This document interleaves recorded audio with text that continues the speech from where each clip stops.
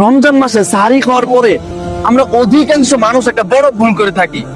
প্রিয় ভাই ও বোনেরা আমার, আপনারা কি জানেন আমাদের মধ্যে থেকে হাজারো মানুষ রয়েছে যারা সাহারি খাওয়ার পরই ফজরের নামাজ আদায় করে ফেলে, অথচ সে জানেই না ফজরের নামাজের সময় কি আদৌ হয়েছে।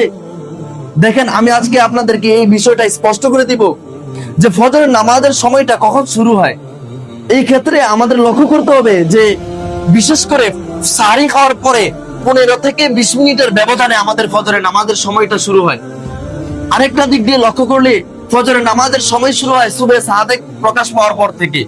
সুবে সাদেক মানে হয় সত্য সকাল, অর্থাৎ আকাশের মধ্যে যখন একটা সাদা রেখা প্রকাশ পায় তখন থেকে আমাদের ফজরের নামাজের সময়টা শুরু হয়। সেই সাদা রেখার যে সময়টা রয়েছে সেটা কি বলা হয় সুবে সাদেক। আমরা এটা লক্ষ্য করবো ভাই, সেজন্য ভাই সাহারি খাওয়ার পরেই ফজরের নামাজ আমরা আদায় করবো না, বরঞ্চ এই ক্ষেত্রে আমাদের লক্ষ্য রাখতে হবে।